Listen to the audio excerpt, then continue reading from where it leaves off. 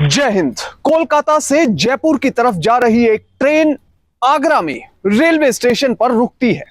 तभी अचानक से उसमें चेकिंग करने के लिए दो पुलिस के अधिकारी चढ़ जाते हैं। उसके बाद सामान की चेकिंग शुरू हो जाती है। जैसे ही ये पुलिस वाले प्रदीप सिंह नाम के शख्स के नजदीक आते हैं तो वो थोड़ा सा हिचकिचाता है, थोड़ा घबराता है। उसके बैग को खोला जाता है तो उसके अंदर से सोना बरामद होता है। अब जब ये पुलिस वाले प्रदीप से पूछते हैं कि ये सोना किसका है तो वो सीधे तौर पर कोई जवाब दे नहीं पाता। जब जवाब देता है तो उसे माना नहीं जाता। इसके बाद पुलिस कहती है कि ये तस्करी का सोना है और उसे अपने साथ थाने ले जाने के लिए कह देती है। अब ट्रेन में जो यात्री मौजूद थे वो भी हैरान थे कि देखिए पुलिस कितनी ज्यादा सतर्क है। वो ट्रेन में चढ़ के तस्करी किए जा रहे सोने को किस तरह से पकड़ लेती है और कई लोगों ने तो इन पुलिस वालों की काफी प्रशंसा भी की।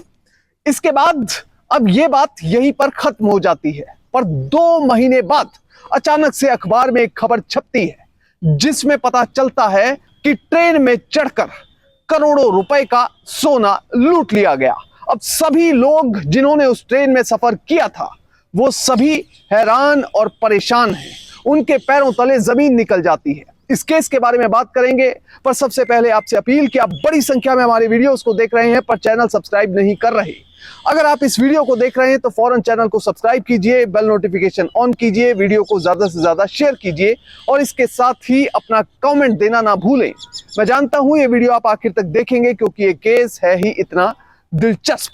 अब इस पूरे केस को समझने के लिए आपको चलना होगा राजस्थान के जयपुर, जहां पर मनीष सोनी एक ज्वेलर के तौर पर काम करते हैं। मंशा ज्वेलर्स के नाम से उनकी अपनी दुकान है और काफी ज्यादा ग्राहक हैं। रोजाना उनके पास बड़ी संख्या में ग्राहक भी आते हैं, फोन भी आते हैं और फोन पर उन्हें देश भर में डिलीवरी भी देनी पड़ती है। कई लोग कह देते हैं कि मेरे यहां आप सोना भिजवा दीजिए, ये आभूषण भिजवा दीजिए, तो वो भिजवाने के लिए वो अपने ही कर्मचारी को भेजते हैं।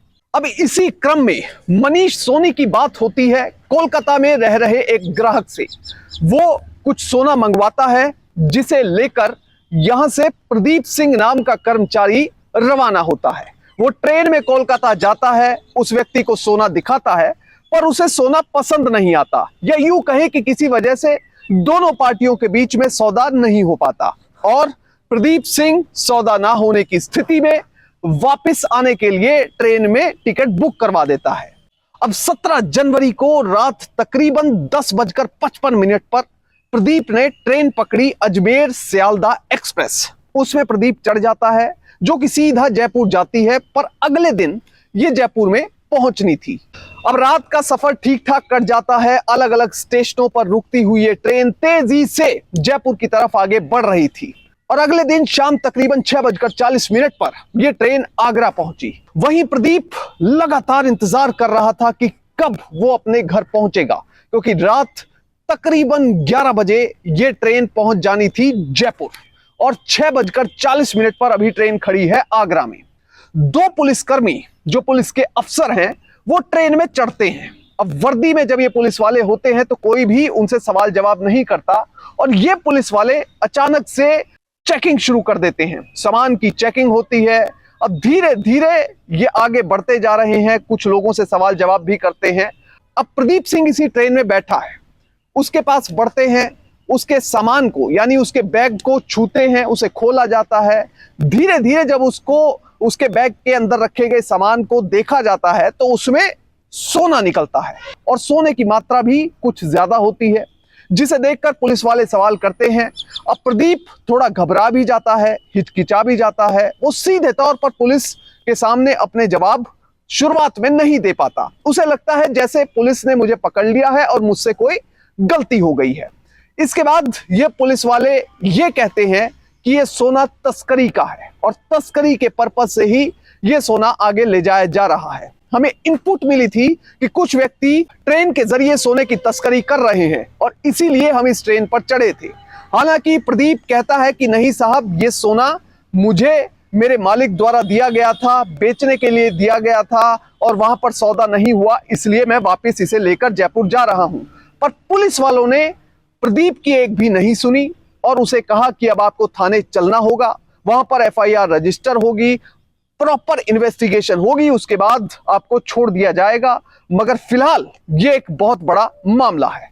अब प्रदीप को ट्रेन से उसकी सीट से उठा लिया जाता है और उसे अपने साथ लेकर ये दोनों पुलिस के अफसर रवाना हो जाते हैं। जब ये ट्रेन से उतर जाते हैं तो कुछ लोग बातें करते हैं कि देखिए पुलिस कितनी सतर्क है कि पुलिस अफसर, ये पुलिस वाले ट्रेन में चढ़े, चेकिंग की और सोने की तस्करी कर रहे एक व्यक्ति को फौरन काबू भी कर लिया। राजस्थान के सवाई माधोपुर के रहने वाले प्रदीप सिंह को जब ये दो पुलिस वाले अपने साथ लेकर ट्रेन से उतरे तो उसे थाने ले जाने की बात की गई और सीधा जब थाने की तरफ जा रहे थे तभी ईदगाह पुल के पास जब ये सभी पहुंचे तभी इन पुलिस वालों ने कहा कि ये बैग हमें दे दो, इसे हम अपने पास रखेंगे। इसके साथ ही मोबाइल फोन भी जब्त कर लिया गया और कहा गया कि तुम किसी से बात ना करो, किसी अपने साथी से संपर्क ना करो, इसलिए मोबाइल भी हमें चाहिए। और उसके पास जो कैश भी पड़ा था वो भी उससे ले लिया जाता है। अब प्रदीप को छोड़कर अचानक से पुलिस वाले वहां से कहीं चले जाते हैं। अब फौरन उसने अपने मालिक मनीष सोनी को फोन किया और सारी बात बताई। अभी तक प्रदीप को यही लग रहा था कि कोई पुलिस वाले, कस्टम डिपार्टमेंट वाले उनसे ये सामान लेकर चले गए हैं। ये पूरी बात उसने मनीष सोनी को जब बताई तो उन्होंने ये पूछा कि क्या तुम्हें कोई पर्चा, कोई एक्नॉलेजमेंट स्लिप वो सामान ले जाते हुए तुम्हें देकर गए हैं? तो प्रदीप ने कहा कि नहीं, मुझे कोई एक्नॉलेजमेंट स्लिप नहीं देकर गए। इसके बाद मनीष ने अलग अलग विभागों में, इनकम टैक्स से लेकर कस्टम, पुलिस, हर जगह, जीएसटी, हर जगह फोन किया पर कुछ पता नहीं चला। सभी विभागों ने यह कहा कि हमारी तरफ से किसी भी तरह की कोई रेड नहीं की गई, कोई चेकिंग नहीं की गई और कहीं भी ट्रेन में सोना जब्त नहीं किया गया। मनीष ने फिर भी किसी तरह की कोई जल्दी नहीं की। इसके लिए और भी जो विभाग रह गए थे उनसे भी संपर्क किया गया, दो बार चीजों को वेरीफाई किया गया पर हर विभाग ने यही कहा कि हमने किसी अपने कर्मचारी को, किसी पुलिस वाले को ट्रेन में नहीं भेजा, ना ही ट्रेन में हमारे विभाग की ओर से कोई सर्च ऑपरेशन चलाया गया, ना ही कोई सोना जब्त किया गया। अब मनीष पूरी तरह से श्योर हो चुका था कि प्रदीप के साथ जो भी हुआ है वो है एक बड़ी लूट।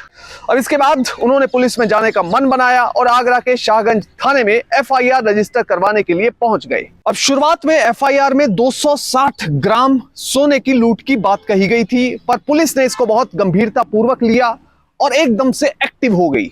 सबसे पहले पुलिस ने रेलवे स्टेशन के सारे सीसीटीवी कैमरे खंगाले और खास तौर पर उस समय के खंगाले जिस समय ये दो कथित पुलिस वाले ट्रेन में चढ़े थे।